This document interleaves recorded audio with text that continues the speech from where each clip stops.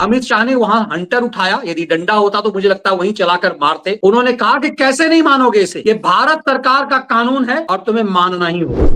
मनीष जी, आज प्रधानमंत्री मोदी ने बड़ा साफ संदेश दिया, जो भी लोग आज दर्शकों ने सुना भी होगा, कि सबसे जो उन्होंने कहा कि मैं इस संसद को एक शानदार कानून पास करने के लिए बधाई देता हूँ। दंगा तो दंगाई तो इनका चरित्र है, इनका डीएनए चरित्र है। ये जब रहे तब दंगा करते रहे, ब्रिटिश टाइम से दंगा करते चले आ रहे हैं, तो ये इन्होंने कुछ चौंकाया नहीं। मगर यहाँ पे भी इनकी औकात पता चल गई। उसने फोन पर आलोचना क्या कर रहे थे, मतलब भारत के संविधान जो कानून बन गया है उस कानून की चर्चा कर रहे थे वो। ऐसा तो नहीं कि भाई किसी की इस ढंग की चीजें कर रही थी कि भाई उसके घर की किसी महिला के बारे में बात कर रहा था वो। सर नमस्कार। नमस्कार मनीष जी, दर्शकों को भी नमस्कार। सर, वक्फ अमेंडमेंट बिल, आज भारत सरकार ने अधिसूचना जारी कर दी है और अधिसूचना का मतलब है कि अब ये कानून बन गया। 2 दिन पहले शनिवार की रात को भारत की महामहिम राष्ट्रपति ने इस पर मुहर लगाई थी और भारत सरकार के अल्पसंख्यक कार्य मंत्रालय की तरफ से यह अधिसूचना जारी की गई है और इस अधिसूचना नोटिफिकेशन के माध्यम से अब ये कानून बन गया है। तो अब जब ये कानून बन गया तो हमें आपको याद आता है संसद में अमित शाह का दिया हुआ वो स्टेटमेंट, जब एक उन्मादी सांसद ने कहा था कि एक अल्पसंख्यक, सबसे बड़ा अल्पसंख्यक कानून जो है वो इसको नहीं मानेगा। तो योगी अमित शाह ने वहां हंटर उठाया, यदि डंडा होता तो मुझे लगता है वहीं चलाकर मारते।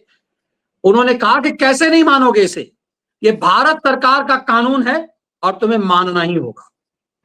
उसके बाद आप देखोगे 1 दर्जन उन्मादी कपिल सिब्बल और सिंघवियों के गैंग के साथ कांग्रेस ने अपना एजेंडा चलाया और सुप्रीम कोर्ट पहुंच गए।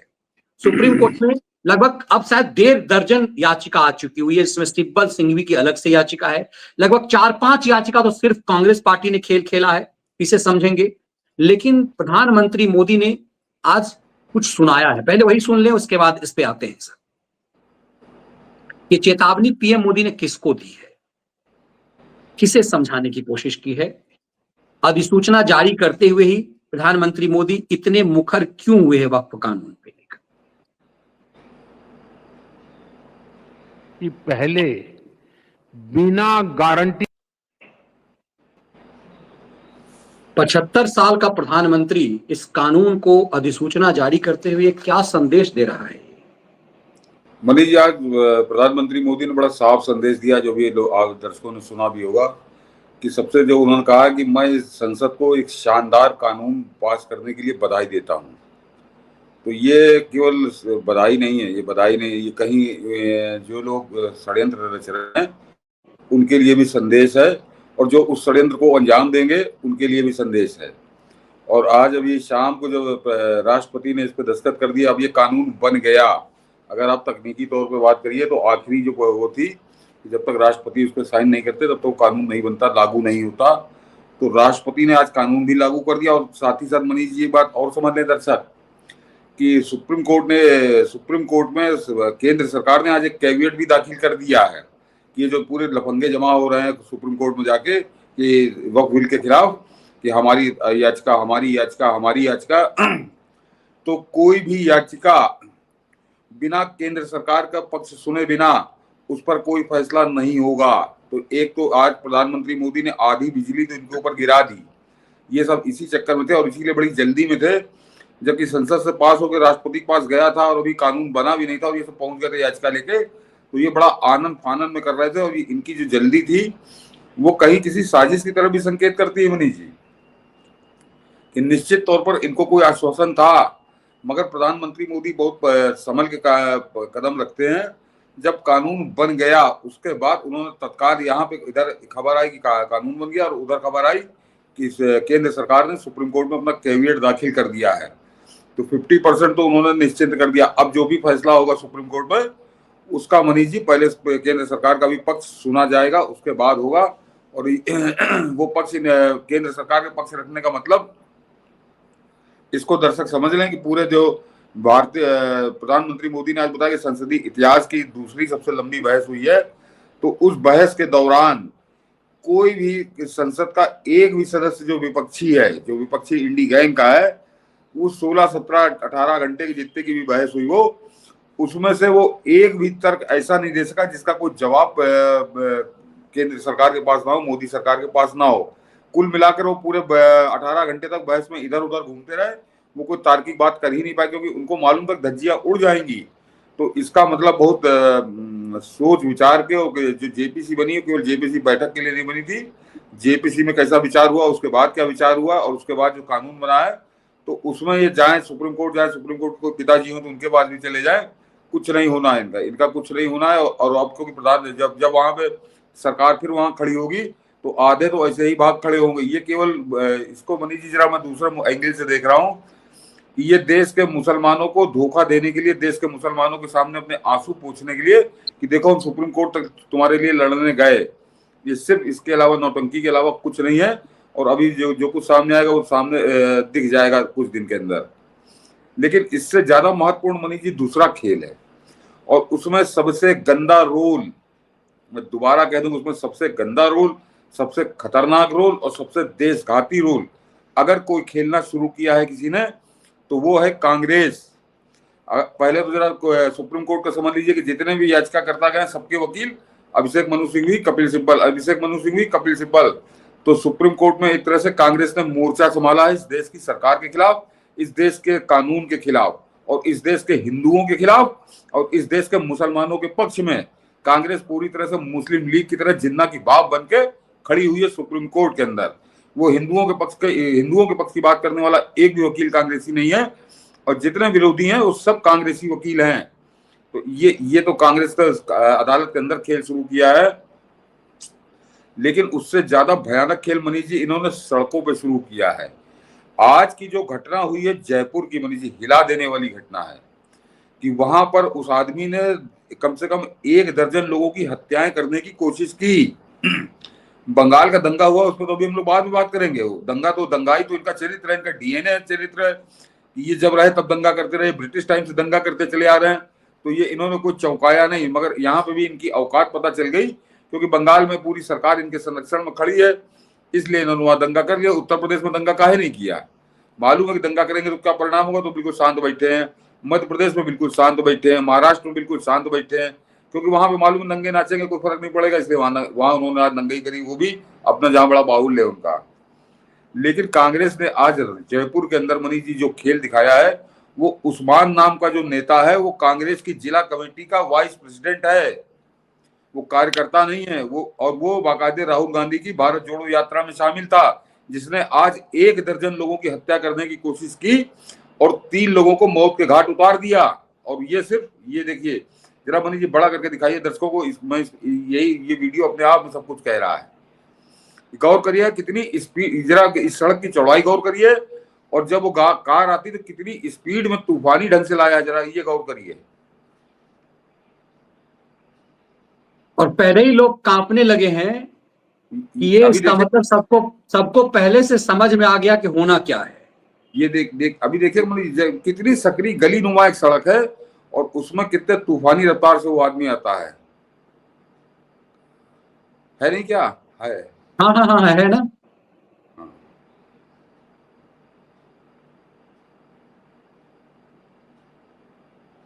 ये पूरे देखिए, ये देखिए बिल्कुल जैसे कुचलने के मूड में ही आया था वो कि आज मैं जान ले लूंगा। तो ये वक्त, ये तो उसके बाद का है मनीष जी जो घटना स्थल के। तो जरा दर्शक देख ले, मैं यही दिखाना चाह रहा था मनीष जी इनको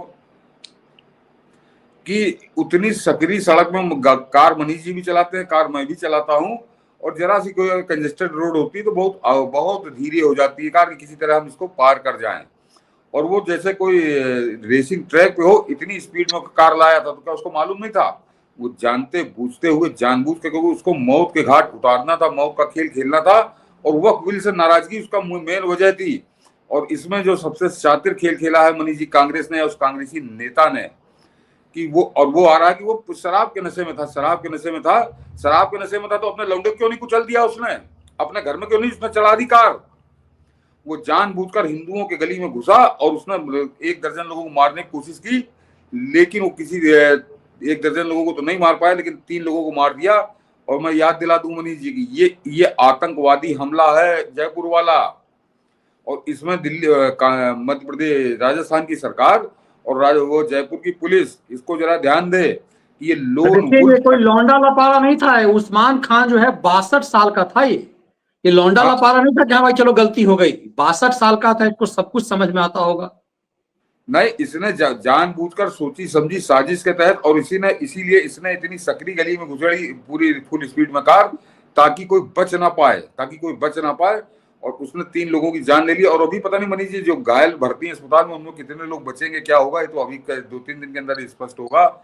तो ये जो था वो लोन वुल्फ अटैक, जो जिहादी करते हैं, केवल इस्लामी आतंकवादी करते हैं, पूरी दुनिया में करते हैं। इंग्लैंड में भी उन्होंने लोन वुल्फ अटैक किया, फ्रांस में भी उन्होंने लोन वुल्फ अटैक किया, स्वीडन में किया, डेनमार्क में किया, और वो लोन वुल्फ अटैक हिंदुस्तान में भी अब आ गया है। और ये वो उसी का था, एक तरह से वक्फ बिल के खिलाफ अपना खूनी विरोध कह लीजिए या खूनी प्रदर्शन कह लीजिए, वो उसकी शुरुआत कांग्रेस ने आज से कर दी है।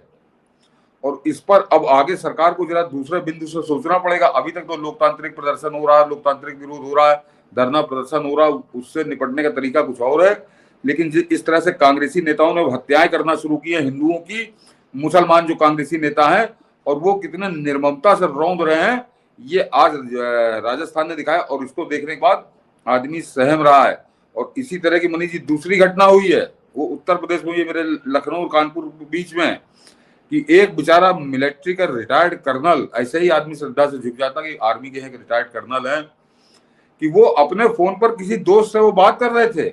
और उनकी दोस्त, ये देखिए, ये है कि वो अपने दोस्त से फोन पर बात कर रहे थे, वो बिल पे बात कर रहे थे, वो आलोचना कर रहे थे। तो ठीक है, आदमी करेगा।